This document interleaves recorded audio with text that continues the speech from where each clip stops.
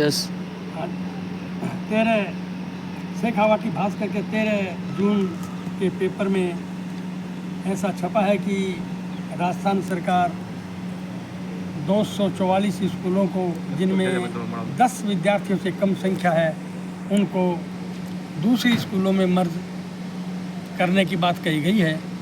और ऐसी स्कूलें राजस्थान झुंझुनू ज़िले में 244 स्कूलें 244 स्कूलें हैं, जिसमें से सबसे ज़्यादा स्कूलें हैं सूरजगढ़ में 51 स्कूलें हैं जिनको दूसरी स्कूलों में मर्ज किया जा रहा है। ये बहुत ही वैसे 159 स्कूलें कांग्रेस विधायकों के क्षेत्र हैं उनमें से कर रहे हैं और 85 स्कूलें भाजपाइयों के क्षेत्र से कर रहे हैं। सबसे ज़्यादा सूरजगढ़ से कर रहे हैं, 51 स्कूलें मर्ज कर रहे हैं। इन स्कूलों को अन्य स्कूलों में मर्ज किया जाएगा, या तो वो संस्कृत विद्यालय हो या फिर वो प्रारंभिक शिक्षा का हो। तो प्रारंभिक शिक्षा के स्कूलों में ज़्यादा किया जाएगा। यदि नज़दीक वो स्कूल है तो संस्कृत विद्यालय में किया जाएगा, ऐसा उनका प्रोविज़न है। इसके लिए 244 स्कूलों की एक लिस्ट बना करके उन्होंने निदेशालय को भेज दी है और वहाँ से स्वीकृति होते ही शायद इनको इतनी स्कूलें तोड़ दी जाएंगी और अन्य स्कूलों में मर्ज कर दिया जाएगा। तो ये एक बहुत बड़ी विडंबना है गरीब तबके के लोगों के लिए, क्योंकि गरीब तबके के लोग अपने बच्चों को महंगी स्कूलों में नहीं पढ़ा सकते। प्राइवेट स्कूलों में बहुत भारी फीस लगती है, वहाँ भी अपने विद्यार्थियों को नहीं भेज सकते और इन स्कूलों में जैसे तैसे कर करके पढ़ाते हैं। तो यदि इनको इतनी स्कूलों को तोड़ दिया जाएगा तो कितने विद्यार्थियों का अहित होगा, कितने परिवारों को शिक्षा से वंचित अपने बच्चों को करना पड़ेगा। ये एक बहुत बड़ी एक दुर्घटना है जो सरकार की तरफ से की जा रही है। इस चीज़ को रोकने के लिए सभी सामाजिक संगठनों को आगे आना चाहिए। जितने भी ये शिक्षक संघ हैं उन शिक्षक संघों को भी इसके लिए संघर्ष करना चाहिए कि ऐसा वो राजस्थान सरकार नहीं करे। और जो शिक्षक हैं, शिक्षक वर्ग जितने भी जहाँ भी हैं, चाहे वो रिटायर्ड हों चाहे उन सरकार में फ़िलहाल कार्यरत हों, उन सब की भी एक ड्यूटी बनती है कि वो इसके लिए कड़ा से कड़ा संघर्ष करें और इन स्कूलों को टूटने ना दें। यदि ऐसी स्कूलें टूटती गई और पोस्ट कम होती गई तो ये मान लीजिए कि सरकार जो ये चाह रही है कि रोजगार ख़त्म कर दें, तो उनका वो एजेंडा भी एक बैठ रहा है। इससे 244 स्कूलों में कितने अध्यापक होंगे वो भी इनको अन्य स्कूलों में भेजेंगे, वहाँ इनको सरप्लस कर देंगे। सरप्लस कर देंगे तो फिर दूसरी नियुक्तियाँ नहीं होगी। तो ये सारा का सारा जो माजरा है वो शिक्षा का भट्ठा बैठाने के लिहाज से किया जा रहा है।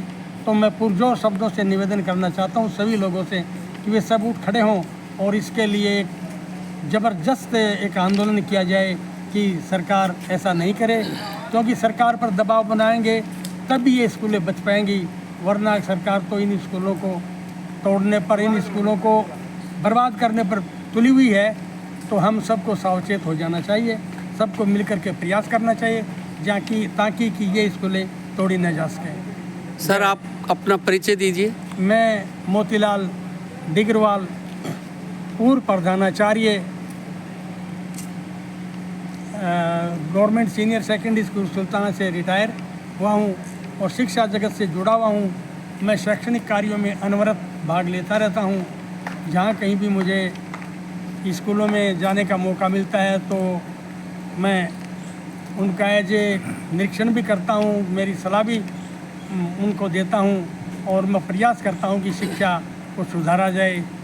ऐसा मैं प्रयास करता रहता हूँ। सर शिक्षा तो एक मौलिक अधिकार है, संविधान में हमारा ये फंडामेंटल राइट है कि शिक्षा सबको मिलनी चाहिए और सरकार का ये दायित्व बनता है, उसकी ड्यूटी है कि वो एक गरीब से गरीब परिवार तक शिक्षा पहुंचाए और जहां तक संभव हो शिक्षा निःशुल्क पहुंचाए। लेकिन सरकारी स्कूलों को इस प्रकार से मर्ज कर देना और विशेषकर झुंझुनू जिले में 244 स्कूलों को मर्ज कर देना और सबसे ज़्यादा सूरजगढ़ विधानसभा में 51 स्कूलों को मर्ज कर देना, ये जनहित में नहीं है। और ये जो गरीब लोग हैं, सर्व समाज के जो गरीब लोग हैं, उनके बच्चों के ऊपर एक दुधारी तलवार की तरह ये आदेश या ये सरकार का ये जो कृत्य है काम नहीं करता दिखाई दे रहा आपको? ये बिल्कुल आप सही कह रहे हैं कि सरकार है वो इन सरकारी स्कूलों को बर्बाद करने पर तुली हुई है। वो शिक्षा के क्षेत्र में दिखावा बहुत करती है, लेकिन एक्चुअली अध्यापकों को भी काम करने नहीं देती। ये अध्यापकों को भी अन्य कामों में उलझा के रखती है ताकि वो शिक्षा का जो काम, उनका शैक्षणिक जो काम है उससे वो अलग रहें। और नतीजा ये होता है कि वो उस काम से अलग रहते हैं तो पूरे मनोयोग से बच्चों को पढ़ा नहीं पाते हैं, और परिणाम ये होता है कि बच्चे कमज़ोर रहते हैं और फिर ये कह देते हैं कि बच्चे कमज़ोर हैं, सरकारी स्कूलों में पढ़ाते नहीं हैं। और इस बहाने से लोग जो अभिभावक हैं वो अपने बच्चों को सरकारी स्कूलों में भेजने में भी गुरेज करते हैं कि ये पढ़ाते नहीं हैं। एक्चुअली सरकार इनको पढ़ाने नहीं देती है मेरे हिसाब से, ऐसा मुझे है, क्योंकि मैं भी सरकारी स्कूल में अध्यापक और प्रिंसिपल के पद पे रहा हूँ। तो सरकार उन्हें अध्यापकों को सारी अपनी अन्य ड्यूटियों में लगा देती है, जिससे उनका शैक्षणिक जो कार्य है उससे वो विमुख हो जाते हैं। तो सरकार कहीं न कहीं डायरेक्टली या इनडायरेक्टली ऐसा खुद चाहती है कि सरकारी स्कूलें बर्बाद हो जाएं, ताकि हमें स्टाफ लेना नहीं पड़े और प्राइवेट स्कूलें फले फूलें। प्राइवेट स्कूलों से इनको स्वयं को भी फ़ायदा है कि इनको अध्यापक नहीं लगाने पड़ते और उनसे कुछ ये वसूली करते हैं। इस प्रकार के मेरे समझ में आया है कि सरकार का कहीं न कहीं रोल है, वो इन स्कूल को बर्बाद कर रही है।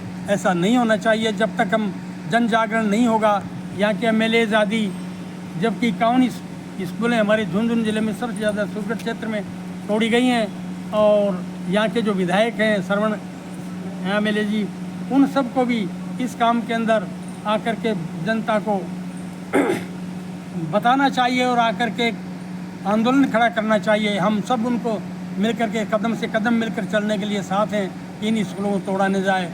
लेकिन राजनेताओं को जब तक ये नहीं आएंगे तब तक सरकार के ऊपर दबाव नहीं बनेगा, और बिना दबाव के सरकार ऐसा नहीं करेगी। दबाव बनाएंगे तभी ये स्कूलें बच सकती हैं। इसलिए मैं आह्वान करता हूँ कि सभी राजनेता, समाज के लोग, जागरूक लोग, अध्यापक, शिक्षक संघ आदि सब मिलकर के संघर्ष करेंगे तो शायद इस विपत्ति को टाला जा सकता है। अन्य कोई उपाय है नहीं।